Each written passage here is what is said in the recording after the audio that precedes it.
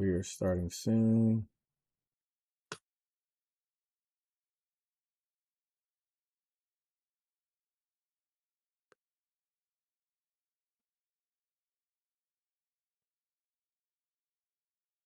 You gotta keep me up to date with the chat. It is hard to see, and it don't look right, but that's okay.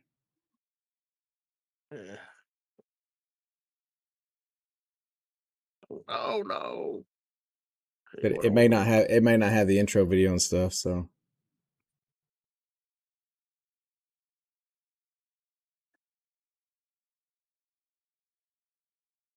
that's okay. Let me come back. There you go. All right. I'll keep these. Good luck.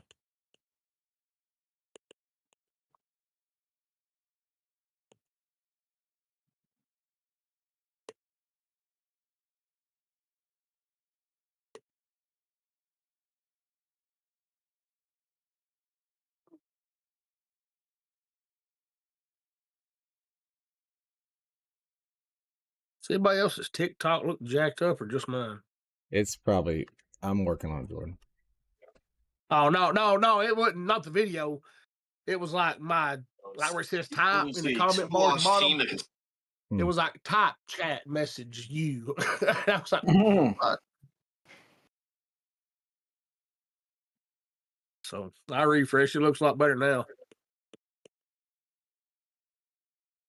Like when I was trying to tap the fucking likes, it had some big white box that a text box pop up over top of it, just some random letters and shit.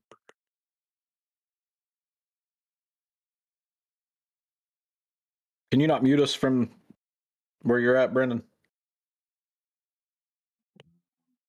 Can now. It's not the same. I didn't want to mess up my home, so it's a whole different setup, which is why should be good now. Like I said, I don't even know if the intro video will play, but that's okay. Get my notes pulled up here.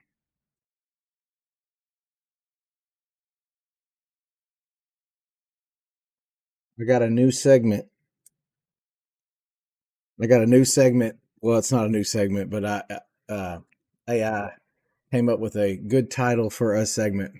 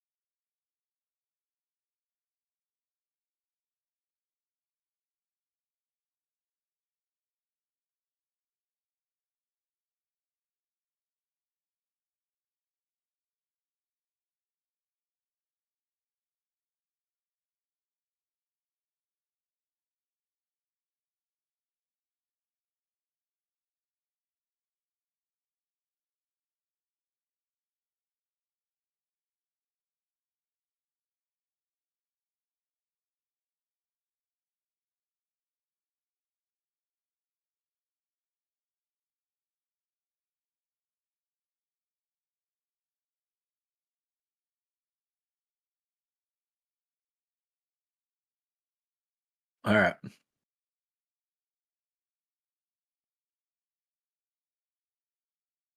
All right. Hey, welcome everybody to Lock, Load, and Goated. This is the live mobile edition.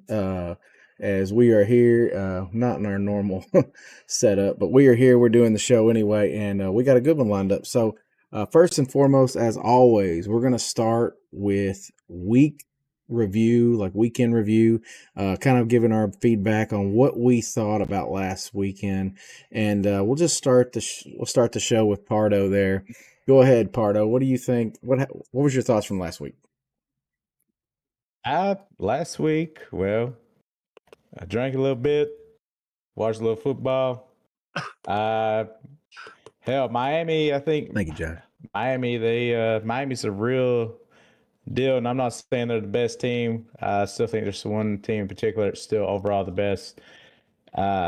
But they do have better offense than what I thought, especially at the wideout position. And what I learned is Penn State's ass, like I said, beginning of the preseason, thanks to that big choke job in California, where there's about 3,000 people watching them get beat down by UCLA Bruins. Oh, Lord almighty. All right, Riddle, anything to add to that? Shout out to Neighbors in Murfreesboro for hosting us pretty much all day last weekend watching football. It hurts from sitting. Yeah. What I learned were records are meant to be broken. Shout out Western Carolina's quarterback Taron Dickens. Absolutely shattered the NCAA record for consecutive completions with 46 straight against Wofford in a 23-21 win. That previous record was 29, so he destroyed that one. He also said 49. It was 49 straight. Was it 49 straight? 49 for 49. He finished the game 53 of 56 for 378. Was it? Yeah, and then he also set the FCS record for completion percentage in a game with 94.6%. And the other record that was broken was Texas's fall from being the fastest preseason number one to fall completely out of the rankings. They did it in just 6 weeks, and the previous record was 12 by USC. So, wow. Golly. All right, Jordan, what do you think? I mean, James Franklin proved once again why he does not need a head coaching position at a major school. Absolute choke job. I think it was Barrett Sally made the joke that if they lost that game, they should make them drive home. And Josh Pate said that if they did, they would get beat again by BYU and they stopped for gas in Provo. But outside of that, not a lot of craziness last week. This week may bring some more fireworks. Yeah. It's going to be intriguing to say the least. Well, as we do, we're going to start out with our Riddle's Riddle. So have at it. All right. So 4 times in the team has started unranked in the AP poll at the beginning of the season and went on to win the national championship. What team was the last to start the season unranked and win the college football national championship? That's a good one. We'll see what our boys say. Yeah, guys. Yeah, I know the format's a little different, but just bear with us because we are kind of in a unique situation. So, all right. So while you ponder the riddle that Riddle provided us, we're gonna go ahead and get started on the show. So, biggest upset of the year. So we're gonna capitalize on what we just talked about with James Franklin, and we're gonna try to steer clear of the James Franklin Penn State debacle because that was absolute, and that's what prompted the question. But outside of that, is there an upset that comes close? Is there an upset that you can remember that was quite that significant in your past? And there's one that comes to mind, but I'll start with you, Jeff. Yep. I'll start with you. Any upset this season that you imagined that, on the same level, not as big as the UCLA Penn State, but on the same level this season? Knowing what we know now, I would put Florida State beating Alabama the way they did up there. It's also watching Texas go into Gainesville, which is still a tough place to win a football game.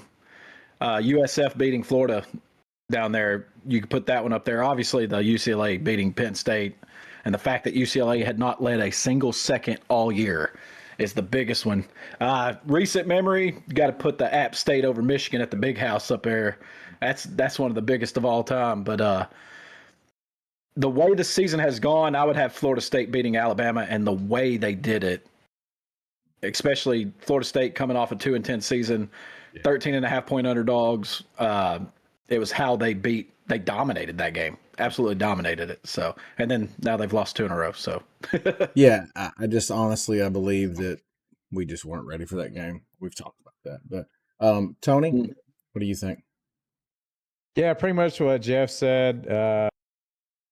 It's always going to be the App State game that comes to mind when they beat Michigan. What year was that? Like 2007, I believe. Yeah. Was it 7 or 6? So, yeah, it was. No, I couldn't remember if I was in high school or not still.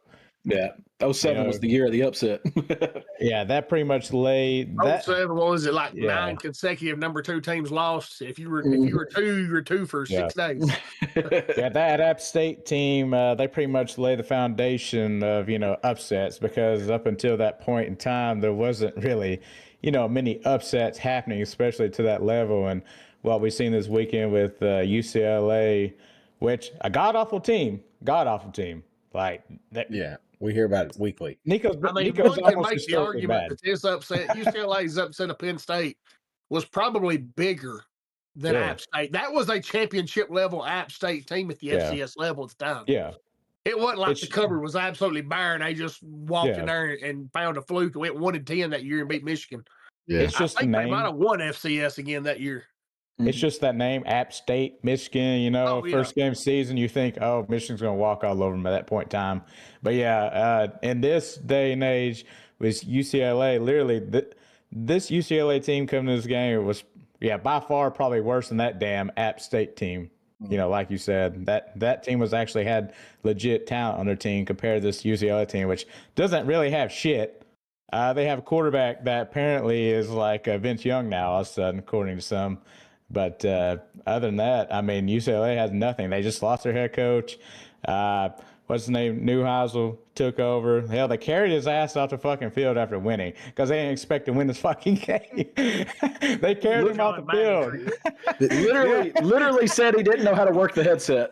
Oh my Lord, dude. And second, I feel like they might have a major letdown this week too. I just want to know. I would like to know what the stats are, the record of a team after carrying their head coach off the field.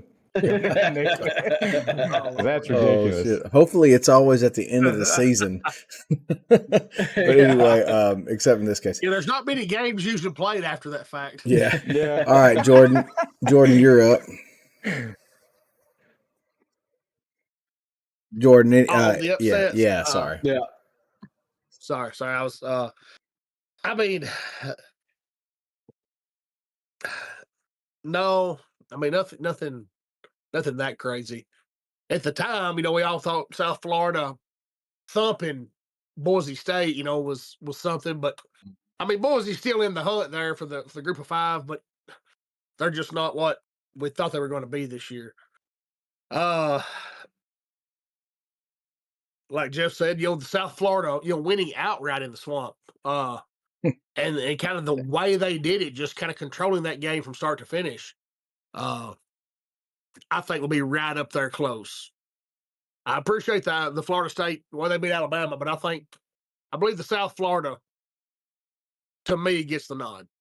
Cody Joe has a good one too. Jim Harbaugh, when he was at Stanford, when they beat USC as a 41-point underdog. That was a huge one. I remember that. I'll add, and this is just in light of recent events, but I would say Vanderbilt beating Alabama last year was probably on the same plane. I mean, that was heard around all of football, and it started Tony Pavia mania, and Tony now has a new nickname. That has ended. No, Nico, Nico's ended, and Diego Pavia's ended. Now we have Tony Pavia. I own them motherfuckers. It can be Tony Nico or Tony Pavia. There's nothing you can say that's gonna gaslight me. They ass. I mean, that's just a fact. Shit. All right. Well, you're not wrong. All right. So, okay. So that was good there. So next thing we want to talk about was Arch Manning, because we've kind of alluded to that. And Texas, one of the biggest fall from graces. Riddle, I think you said the fastest in history, which is pretty significant. And a lot of that is in part due to Arch Manning. Arch Manning has struggled greatly. They thought they had their man. They thought they had the quarterback. And what I wanted to talk about in this was, where does he go? Where does that kid go from here? Obviously, he's going to have to come back. There's no way he's going pro. Can he be saved? And can you think of anyone in the history that you guys can remember that have had this kind of fall from grace like he has? We'll start with Jordan on this one and work our way. I'll be honest with you. I think the kid's just fine. I mean, he's a freshman. He's learning what big time ball is all about. Obviously, he played high school at Isidore Newman there in Louisiana. Not a powerhouse state, or at least what he was playing wasn't powerhouse schools. I mean, if you look at some of the film from high school, the kid has all the intangibles, and I think, for my money, I think he'll be just fine. It's going to take him a little time. I think everybody does owe Steve Sarkisian an apology for last year, asking where's Arch? Why ain't Arch playing? He knew what he had, and Quinn Ewers was it for him. Yeah. Amen to that. Okay. So you think he's okay? Can you think of anyone that had that kind of fall from grace, or at least in the perception of the public? Not at the college football level that I can think of. I got a name. Okay. All right. So he's got a name. So we'll go to during football or after, because I've got one for after. I've got one too, but all right. Go ahead, Riddle. Give me yours, and we'll kind of work our way around the room. I just want to say real quick on Arch. He's not getting a lot of help at Texas either right now. He's leading the team in rushing also, and that should tell you something about that offensive line, about that run game, everything else. His numbers are lower, but if his name was Arch Brown, nobody would even be talking about Arch it. Brown. It's all about his last name and the unreal expectations. Yeah, I mean, it's the unreal expectation that comes with that last name. Yeah. My name for another one that had a real big fall. He was the number one quarterback in his class. It was Tate Martell. Yeah. So Kid I like that one. Undefeated in high school, was the number one quarterback prospect, lost jobs at Ohio State and Miami before going to UNLV, and then just saying, "Bad football is just not for me." I really like Josh's. I really like Josh's answer to this question. He literally said Nico. I mean, he's not wrong. He's not wrong. Hey, there's my answer right there. Now, a lot of times when I think of fall from grace, I almost feel like you have to accomplish something too. And honestly, Arch didn't accomplish anything either. It's almost like you have to have done something, at whatever level you're at. Yeah. And all of a sudden you just have one of those fallouts that had to be studied. But yeah, when it comes to Nico, because everyone's treating him like he was going to be the next Peyton Manning and such. And then for him, the way it ended and shit, it doesn't look good for him. Yeah, he had a great game last week against Penn State, but I literally think they threw the entire playbook out on Penn State too, like everything they had. I want to know what Chad. That's why I'm not really sold on them doing anything else rest of the season. So. Chad said, "Don't you say it, Jordan. Jesus is watching." I know. I want to know what he's thinking. I know what he's thinking, but I'm going further back than that. Okay, Jordan, give me yours. Give me yours. Mine obviously comes after football, but Jamarcus. Do what? That's Russell? The one that's after college. Older than that. Oh Lord. Yeah, older than that. Ryan Leaf. Oh Lord, jeez. Can't miss NFL prospect to meth addict in about 4 years. Yeah, but to be fair, like he finished his college career as an accomplished person. Like he was accomplished in college. He wasn't. I'm saying. I mean, it was for after. After. Yeah. So this one's funny, and it's not. It's the same on the same line as yours, Jordan. But I'm gonna go Manti Te'o for making up a fake girlfriend, and then losing the title game the way he did. I mean that is what it is. Oh Lord! At least he played some years at the next level. Dude, he was solid he was solid in the pros. I just meant like in his college career was shot after that. Okay. Yeah. Well, I mean, he was a serviceable linebacker. Jordan now. He's a serviceable linebacker. I thought he was still playing for somebody like Dallas, like a third string or something. Nah, I seen him somewhere behind the desk somewhere. With a few others. Yeah, he's working. I'm not gonna lie. Now. I can't remember where I've seen him, but yeah, he's talking now football. I'm not gonna lie. Josh's answer definitely took the cake for me. It definitely was great. Okay, so this is a few good answers. This is a section that we normally call hot take, and I'm not gonna lie. ChatGPT gave me a cool little name for it along the lines of our theme, and it's going to be called "Goated or Bloated." Goated or bloated from now on. All right. So this week's goated or bloated moment: most dominant teams, offense, defense, and overall. But what I really am concerned with, so give me your thoughts on the teams, and then what I'm really concerned with is, give me a surprise team that's outplaying expectations. So we'll start with Tony this time. Tony, who's your team on offense? We'll just go quick. We'll just go a little gunslinger here. I guess if it might be Indiana just at the moment. That's a good answer. And I know technically they haven't really. I don't know. Still haven't seen enough, but I'm still surprised of what they've been able to do. But obviously, good coaching can help. Mm-hmm. And then you find the right QB to install in your offense that doesn't make stupid mistakes.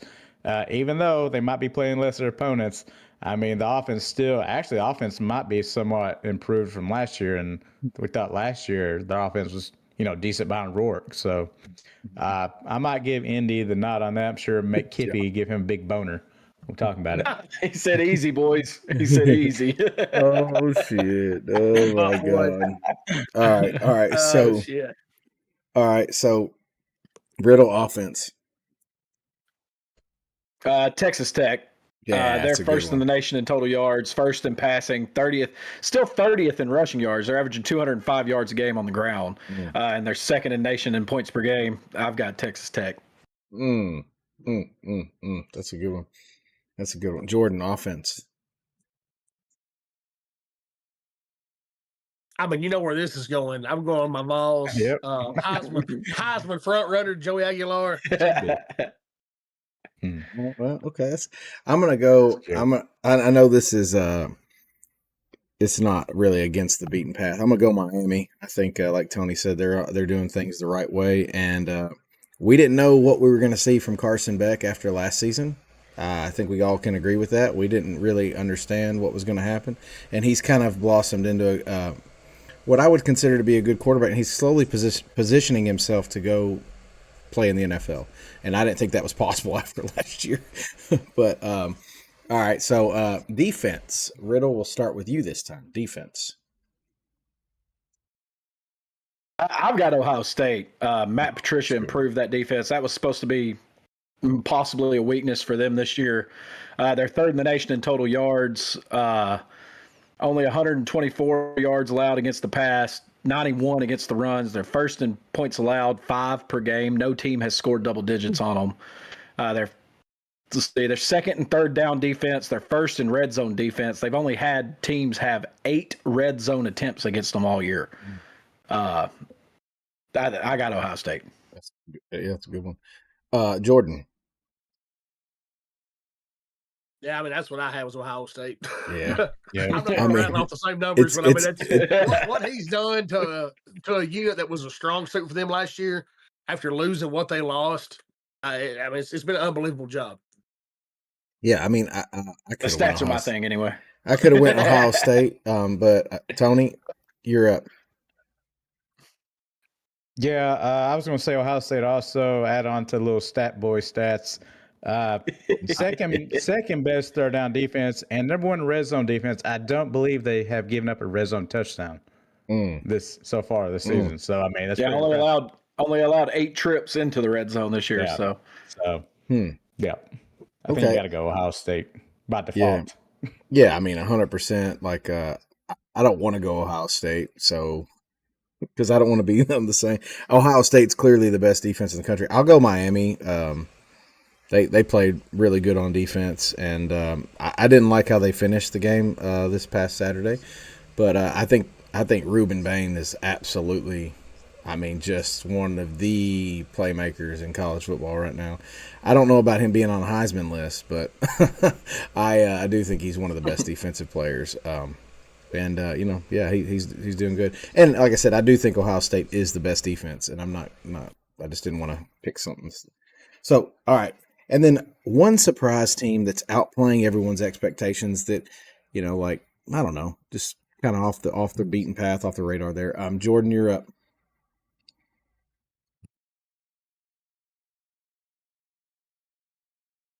Probably South Florida is who I'm gonna go with. Some people knew how good they could be. Didn't know they'd necessarily be, going to the swamp and walk away with a win. But as far as what the national attention they were getting was absolutely zero. So I'm gonna go with the Bulls. Bulls. All right, that sounds good. Tony. Yeah, I mean, this one might not be like it's a big name school, but I'm not going to say the Vols because I expected them to be where they're at because we got people who don't know what they're talking about. But in this case, hell, I'll give it to the Ole Miss Rebels too because beginning of the season, no one's really talking about them, didn't know what they had. I'm pretty sure they were down there also in the bottom 25 with all these experts that do these rankings preseason. And now what are they? I haven't looked. Top 4 now. 4. Offense still, hell, it's probably better than what it was last year. And Kiffin just throws whatever quarterback in there, and offense still just runs like a well-oiled machine. And actually, their defense has somewhat improved this year. I mean, I think maybe overall as of now. And if Ohio State takes the training wheels off their offense, which I'm sure they will at some point, then, it's probably going to be Ohio State's to lose. But just from an overall standpoint, hell, I might give this one to Ole Miss just because. Yeah, and it's crazy, and I'm not trying to sit here, but like not only playing good offense, you've got your backup QB in the Heisman talk. I mean, that's absolutely insane. Riddle, who you got? Kippy said it in the chat, which I thought was funny because that's who I got wrote down as Old Dominion. Cool. They got a Power 4 win at Virginia Tech, which is more than Penn State and Texas can say. They ain't been a Power 4 team this year. Oh, yeah. They're 10th in the nation in total offense. They're 33rd in defense, which is ahead of Georgia. They're 18th in points per game allowed, 14.6. They're 6th in red zone defense, 1st in fourth down defense, 19th in sacks allowed, and held the number 5 ranked offense in the nation to 27 points. And that's their only defeat this year was on the road at Indiana, 27-14. So I got Old Dominion there. That's pretty good. So just a nod to one of our recent viewers, I'm going to go Indiana. Because I didn't know that they would be back this year. And I think we all knew once they beat Illinois the way they did that they were back on the scene. But they've really impressed me, losing some of the talent they lost and still just not missing a beat. That's not something that we expected from Indiana.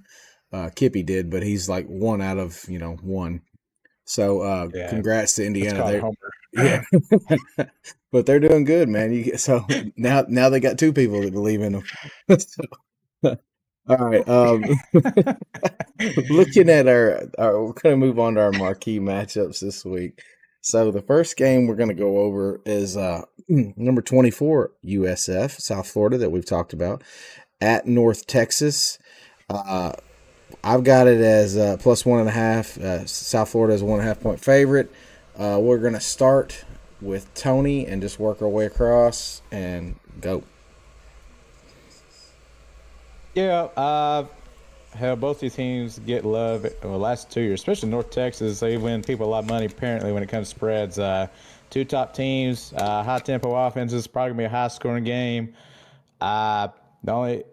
This could be a slip-up game for South Florida, and I know y'all going to go by recency bias, cool, whatever, but I got to make up some ground here. I feel like sometimes South Florida does go stretches in games without scoring, which could be a problem if they can't slow down North Texas, which they realistically could. But that's why they play the game. So I think it's a Friday night game, and could be the game of the year in this conference. So hell, give me North Texas at 1.5. Ooh, okay. Riddle. Mm-hmm. You're up. So I was writing that down. The Bulls are back in the rankings. Alex Golesh still continues to be one of the hottest names coming out of the group of 5 for a potential filler of a vacancy. North Texas is 5-0, and they beat the piss out of who will probably be the Pac-2 champion this year, Washington State.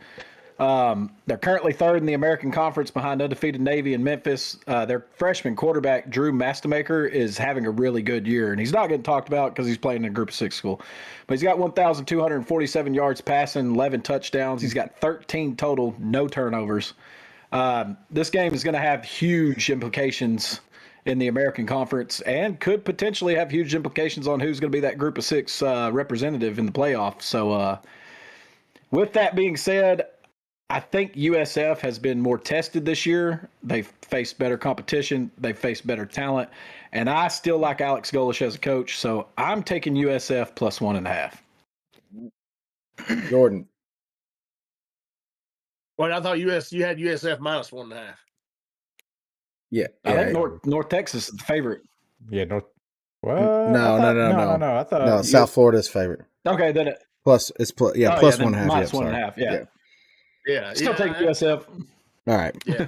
That's me. I'm going. I mean, Go ahead, I Jordan. like this North Texas team. I think South Florida's just a little bit better. I'm gonna go with the better team and the better coach. And Alex Golesh, give me South Florida minus 1.5. Yeah, I didn't have this one written down, but when Tony made his pick, I knew exactly where I wanted to go, and that was far away from him. So, but if I knew nothing else, I know that Alex Golesh is a good coach. I mean, if I knew nothing else about these teams, I know that much. And they've been there, and they've already been in some big games and some marquee moments, and they delivered. So I'm going USF. Riddle, I didn't write down that game that we wanted to add. Go ahead. What was that game we wanted to add? Thank you, Josh. The Red River, Oklahoma, Texas. Do you have the spread for it? Can you look it up while we? I got it. Okay, go ahead. 1.5. Texas is actually the favorite by 1.5. 1.5. All right, so we're going to start there, Riddle. You're going to start us off. So, Red River rivalry, 1.5. A week ago, this would have been a top 10 matchup. And then things happen. Been some reports that Mateer is going to try to play.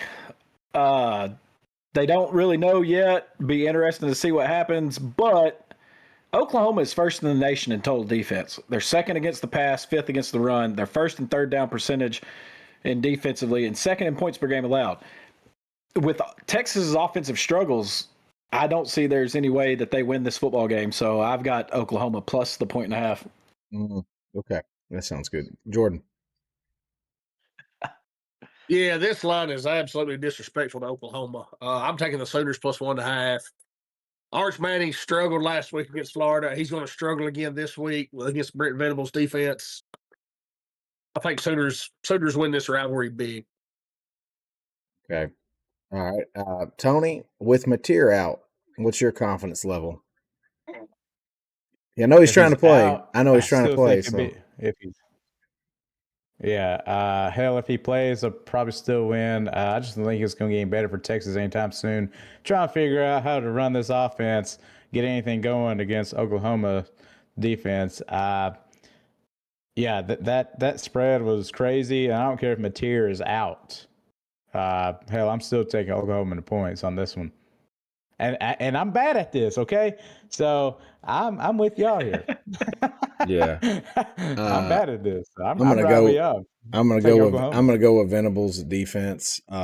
Texas has not shown me anything, and then knowing our luck, this will be the week that Texas shows up and shows out. But I mean, at together, we'll take the ass beating if it happens. But in all seriousness, it's very it is very, very hard to go against Venables' defense. So, okay, so that's pretty easy then. So moving on, this is the Ohio State University at Illinois, 14.5 point favorites. We'll just go down the list here. We're going to start with Jordan on this one. Yeah, Illinois is plus 14.5. Big number. That half's a bad number. Half's a bad number. I think at home, still don't know exactly what Ohio State has in Julian saying. We'll find out more about that this weekend. Again, like I thought they would against Indiana. They didn't, but Brett Bielema is going to try to run the ball, try to shorten the game. So that's a big number to cover. Give me the fighting the line out plus 14.5. Fighting the line out. Tony. Yeah. Hell, I'm just gonna say Ohio State all day in the cover on this one. Just better overall team. Like I mentioned earlier, second best third down defense in college football, number one red zone. How many times can Illinois even get to the fucking red zone? I don't have a clue. And Illinois, they've allowed the most sacks or third most sacks in the college football. So it's not boding well to them, very well for them. No, I think they'll probably keep it somewhat close in the first half, and then maybe Ohio State squeak it out, the cover in the end. So, yeah, I'm taking Ohio State in the points. Riddle. I only have one sentence wrote down for this game, and usually I'm the guy that dives into stats. My one sentence is Matt Patricia's defense doesn't give up points. Illinois does. I've got Ohio State in this one. Yeah, I'm gonna have to go with Ohio State. I told you I can't go Illinois the rest of the season. I don't care if I lose every fucking game. Can't do it. Can't do it. After the Indiana debacle, I can't do it. And I picked Indiana, so anyway, that's easy enough. All right. So this is the one that I've got a little vested interest in. Number 8, Alabama at number 14, Mizzou. Bama 2.5 point favorite. We're gonna start with Tony. Yeah, and I'm show DeBoer some love like I do Heupel too. DeBoer's 2-5 and road ranked games. But since this the Florida State game, which is week 1, I've always said you can always catch a team right there at very first week. They seem to recover. Ty Simpson, he's been looking, pretty good, solid. Apparently a top 3 Heisman candidate. Not saying he's not. Hell, if his last name was Manning, hell, they might put his ass at number 1 for sure. It's hard for me to pick Missouri in this spot, and I know they are home. Missouri's pass coverage is sus. Ty Simpson, he's been he made maybe one mistake in the Vandy game. Vandy has, I'll say it. Vandy's okay. Mm-hmm. They're okay. They're not what they used to be like a few years ago where they're ass. They're still at the quarterback's ass. Vanderbilt. The quarterback is ass. The quarterback is ass. The quarterback is ass. I don't care. I just don't know. It's going to come down. Really, can Tigers finish off the red zone drives? Alabama's not really bad in that department. So, and Missouri's, like I said, they're sus. Their defense still sus. They still haven't really played anyone, so to speak. So I'm going to take Bama and the points. Josh, they'll be mad at me. All right. Riddle. Yeah, this is another opportunity for Ty Simpson to add to his resume. But the biggest question is, can Bama stop the run on the road? They gave up 230 yards and 4 touchdowns at Florida State, 227 yards and 2 touchdowns at Georgia. And Missouri has a hell of a running back. Ahmad Hardy is 103 carries, 730 yards, 9 touchdowns. He's averaging 7.1 yards per carry. And they could have a tough time slowing him down with the way Bama's defense is against the run. Missouri's defense doesn't get enough credit. They're third in the nation in rushing per game, or their offense is third in the nation in rushing per game. They're number 2 overall defense. They're first against the run, 10th against the pass. And I mean, I think this game is going to be close, but Missouri is Missouri, and playing at Missouri is not like playing anywhere else in the SEC. Yep. I've got Alabama minus 2.5 in this one. He said TikTok keeps freezing. Yeah, it's the internet, guys. We're kind of limited on our. Yeah, we're limited on our resources because we're on the road. So. Jordan, you're up. Yeah, Alabama's known struggle stopping the run. You can make the argument that Ahmad Hardy is one of the best backs in the country this year. If Alabama tries to stack the box, stop him, I think Bo Pribula will have a big day. Give me the Tigers at home to extend to one of the nation's longest home winning streaks. Tigers plus 2.5. Bo Pribula. Well, I'm seeing Alabama a trend here, and I don't like it. I'm with Tony on a bunch of these. Alabama hasn't allowed a 200-yard passer all season. DeBoer is 7-1 in his last 8 ranked football games.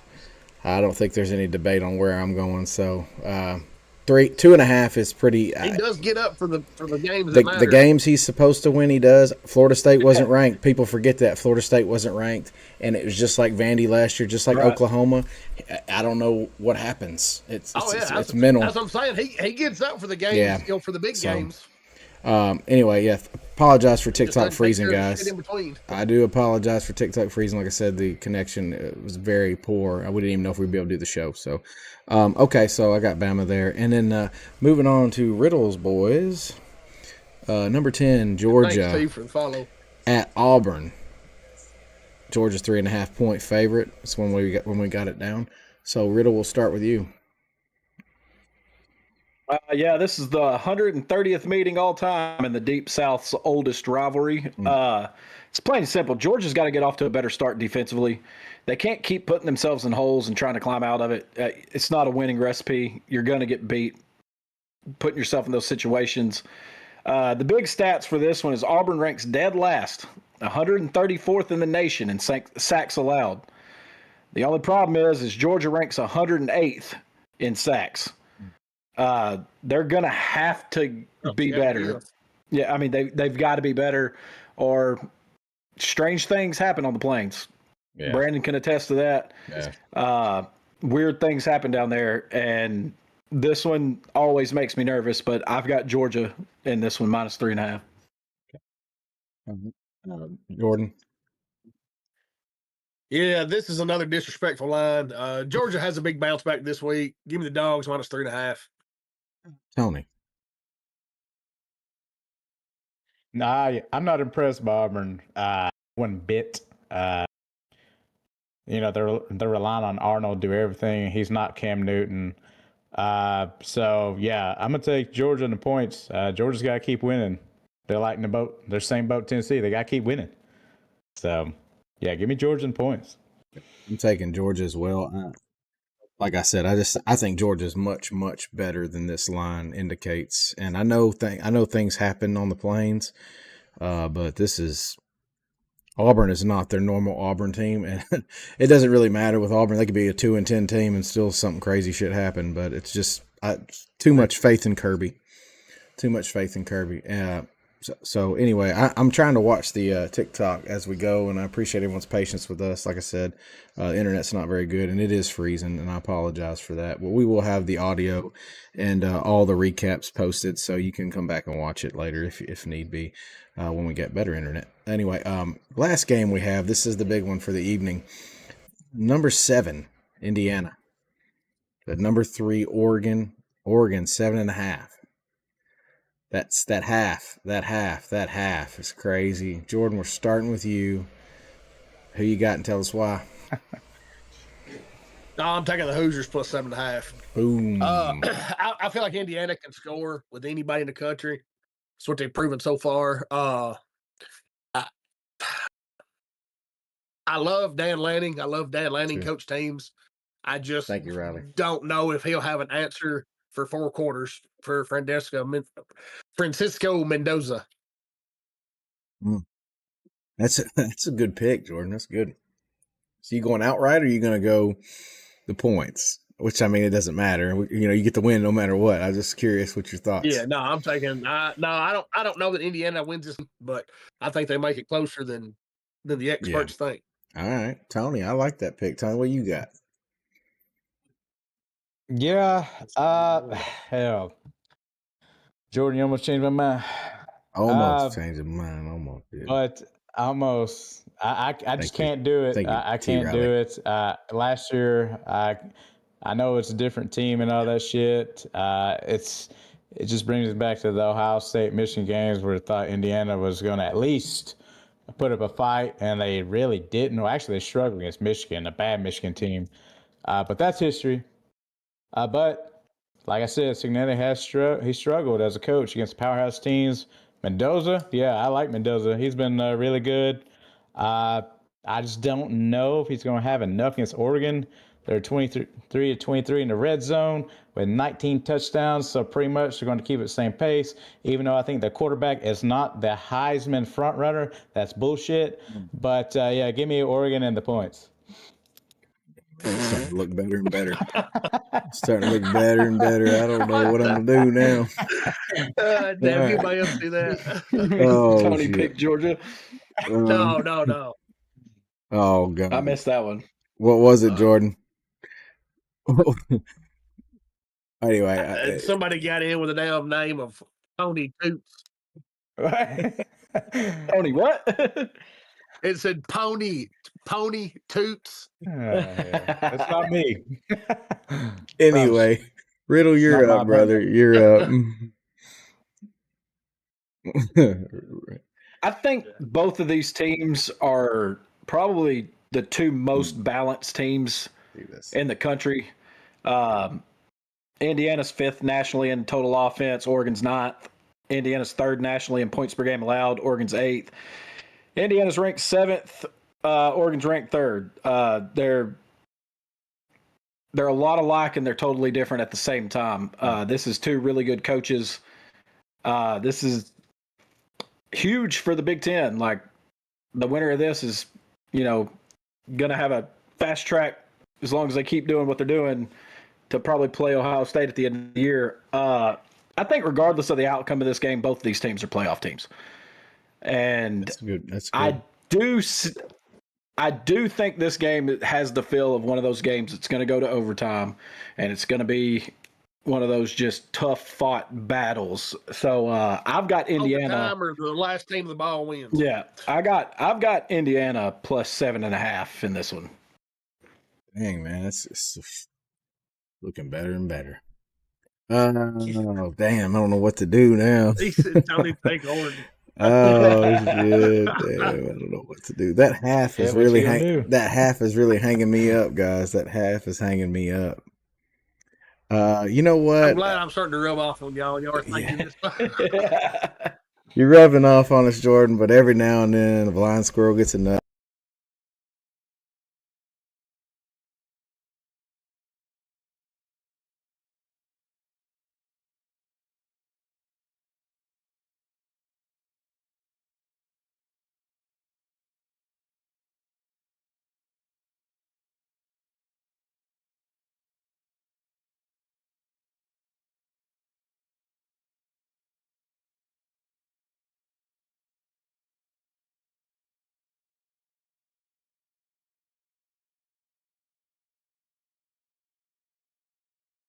Second, and then Kias over on the purple got it 3rd. So second, and then Kias over on the purple got it 3rd. So Nice. Kudos to them. That's awesome. Okay, well now, guys, the reason why we went dark was TikTok's way of letting you know we're about to go into Pardo's war.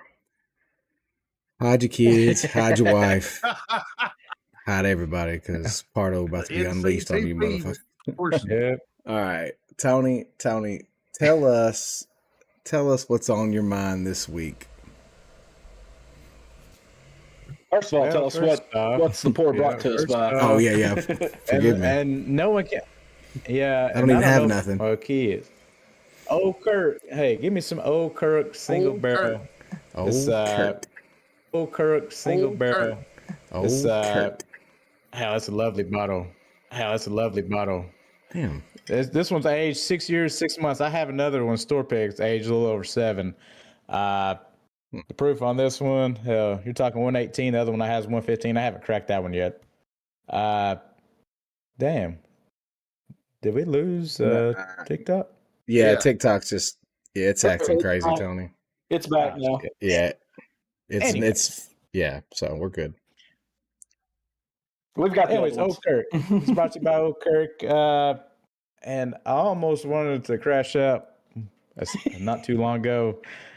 I mentioned when I didn't mention his name, talking about how he's brother.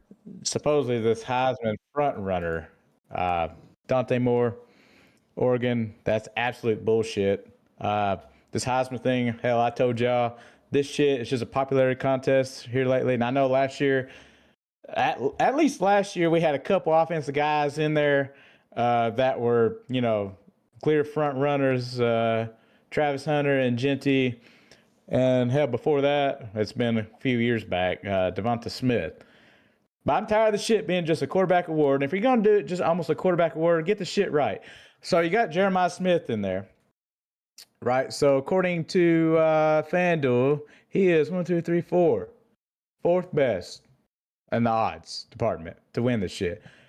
Thing is, you got a guy down Tennessee and you have a few others, which Riddle's mentioned at USC. Receivers have better numbers. Jeremiah Smith, great receiver. He's probably going to be a great NFL pro wideout, but we're talking right now, what are they doing? And I know you can't hold it against him because of coverage. Coverage is apparently sliding his way and shit like that, but I've never seen it stop great receivers in the past in college. But anyways, I'm just going to go through this list here, and I think this might be the top 10. So supposedly Dante Moore, you got Carson Beck, Ty Simpson.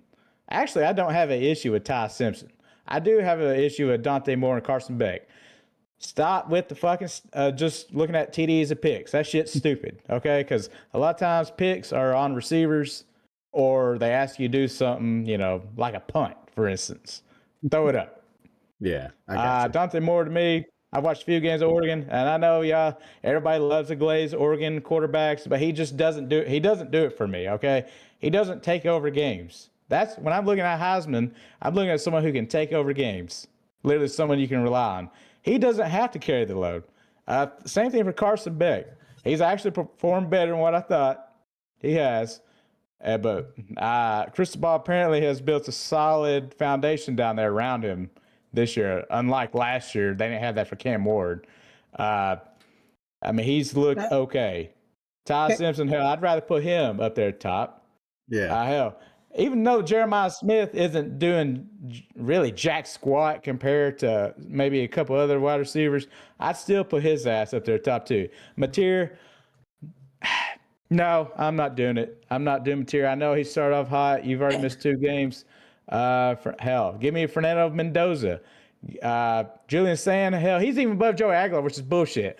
But I did mention if Ohio State maybe takes off the training wheels and let him do his thing and sling it a little more, then maybe we can start talking. Until then, Julian Sand should not be even mentioned in this shit. He's a good young quarterback, but he's not a fucking Heisman frontrunner. That's crazy. Trinidad Chambers, I'll give that because he's been balling pretty much since he took that job over. But the disrespect to fucking Joey Aguilar. Stop looking at the interception. He threw 5 fucking interceptions, and 3 of them for sure wasn't his fucking fault. And people are going to look at that shit. That's fucking stupid. I can't believe he's not top 10. Because you go look. I cannot believe it. It's fucking stupid. I can't believe it. It's dumb as fuck. That's honestly why this shit, and I told y'all, this Heisman shit is like who's going to be the fucking prom king and queen bullshit. That's how the shit is. So get these fucking stats out here. I don't want to hear how many picks. Oh, well, he threw 5. Or Dante Moore or something. Like, who gives a fuck? Who gives a fuck? Because, honestly, if Tennessee didn't have fucking Joey Aguilar, I'll be honest, hell, we might be a 500 team, maybe. I think at best. I think Dazzle Brazzle's better. This defense is fucking mid. Who? Dazzle Brazzle. I think he's got a better shot of Heisman than right now. I'm just talking about stats right now. I know what you're talking about, and he should be mentioned. Brazzle ain't even the front runner for the fucking Biletnikoff. Right, I know, but I'm saying, like, if you looked at just numbers and we were talking about justifiable, I think Brazzle's numbers are. I mean, he's pretty much half of Aguilar's. he's half of everything Brazzle's done. I'm not saying he's not. I'm just saying, hell, they don't even have him in. I mean, he's not even the damn favorite for Biletnikoff right now. I can't believe Joey is not in the top 10. I can't believe it. So I'll just say that. Dazzle's not on this fucking list. I'm looking at. That just tells you how much they hate Tennessee. It's crazy. I know exactly. You know, a story like Joey Aguilar or anywhere else, and ESPN is pimping the shit out of it. Oh, you got Drew Aller, San Francisco Community College. They're gobbling the nuts of anybody else. Drew Aller at a plus 25,000. Okay, you got fucking Drew Aller as a plus 25,000.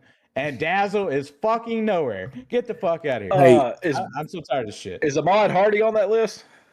Yeah, he's on Missouri's there running somewhere. back? I think so. I think he's fourth or fifth. Yeah, he's a little bit further down because after Joey, you got Marcel Reed, CJ Carr at Notre Dame, Gunnar Stockton, Sam Levitt. No, get him out of here. Bro Pribolo, which he could maybe move up. Depends on what he does down stretch. Jaden Maeva. I'm not really sold on him at USC. I mean, I'm just not. I can't get on board with him. I feel like USC is just Lincoln Riley can run a great offense or whatever, inflated fucking stats, kind of like LeBron James NBA, inflated fucking stats. And then,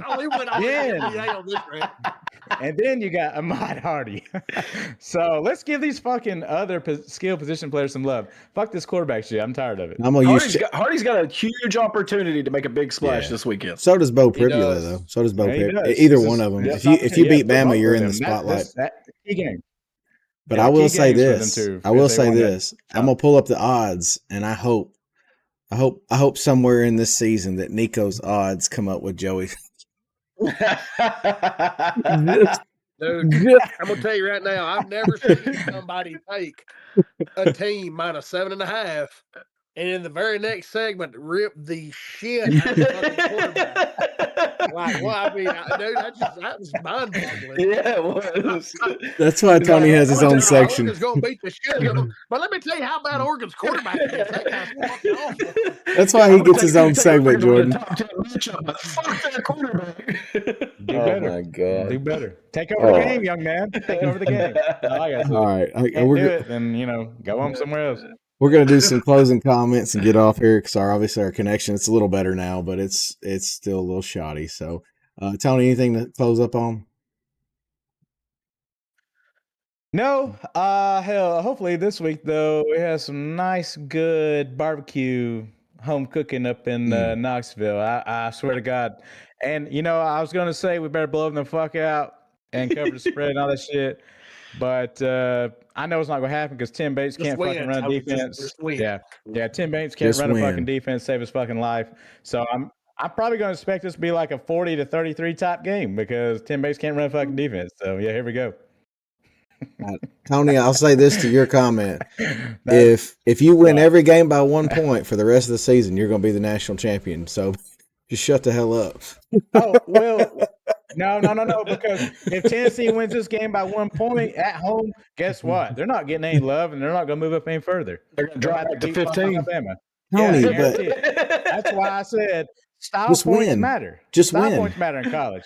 No, I get the it doesn't matter in the SEC. The thing is, you want to dominate. I don't want to hear that. I don't want to hear SEC. You have to dominate this fucking game because you got Alabama in Tuscaloosa, and I will be there for that. And I will not be on the show because now it's a 7 o'clock game down there. Yeah. So based on Tony's comments.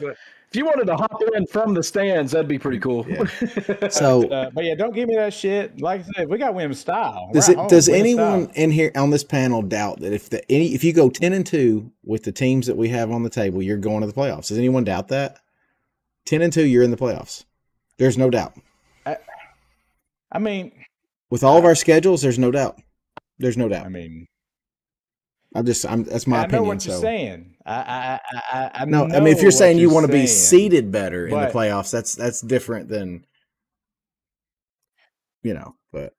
See, because this is what I fear, though. When it comes to seeding, Tennessee barely squeaks at home. Football chick. We either don't move, we drop back, and then we lose to Alabama, and then they're bumping our asses down to somewhere around 20-25 range, which is horse shit. So, yeah, that's exactly what I'm talking about. Like, they need to go fucking dominate this fucking game Saturday, blow them the fuck out, get it over with fucking third quarter. Yeah. And then they'll either move us up or they won't drop us. Yeah. That number doesn't matter.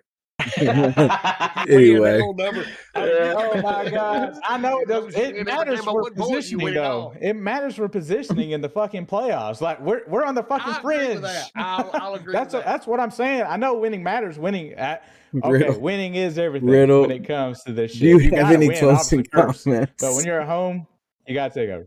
Go ahead. I'm done. Shout out to Josh and Deez. I know Deez is at the Post Malone concert. Josh told us to make fun of him tonight, but can't do it. Happy life, happy wife. Yeah. Shout out to them. If anybody in here, if anybody likes golf, they do a golf podcast. They've got an actual podcast in the works called From the Bunker. Go check them out. Give those guys a follow. And appreciate everybody that was here. We enjoy doing this. We do it for the love of doing it. And keep coming back. It's just going to get better. Yep. Jordan, anything to close up on? Nah, I don't have anything to add. Follow that up with. Just thank you all for being here. Sorry for the TikTok issues tonight.